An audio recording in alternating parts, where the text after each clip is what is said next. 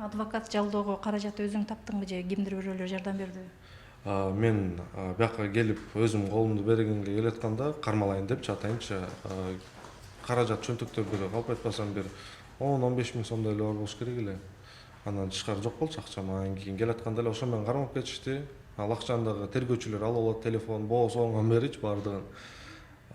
Берден энекем ошо чогулткан жак бияктардын баардыгын тууган урук жардам берем. Жамандык болгондо кыргыз эл журту бири-бирине аябай төбөн, бири-бирине жардам берип неме эмес, чыгаша киреше деген нерселер менен.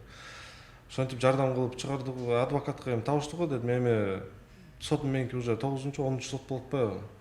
Анан кийин бара-бара барган сайын иш татаалдап эле, акча мындай жүрүп турушта такси, макси, ызычуу бүт баардыгы эле тирелип эле кайта эле акчага эле келатат да. Анан кийин ачыгын бул жерден калпайт, иш кажети жок бу жерденчи. Моундаймын депчи, бирөөнүн баласы болсом да ийдейт элем.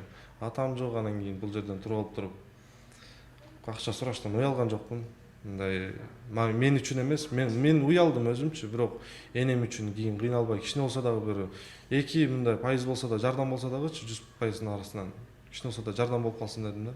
Балким аркы жака отуруп калсам үйгүрө кичине мындай толтур адам жазды.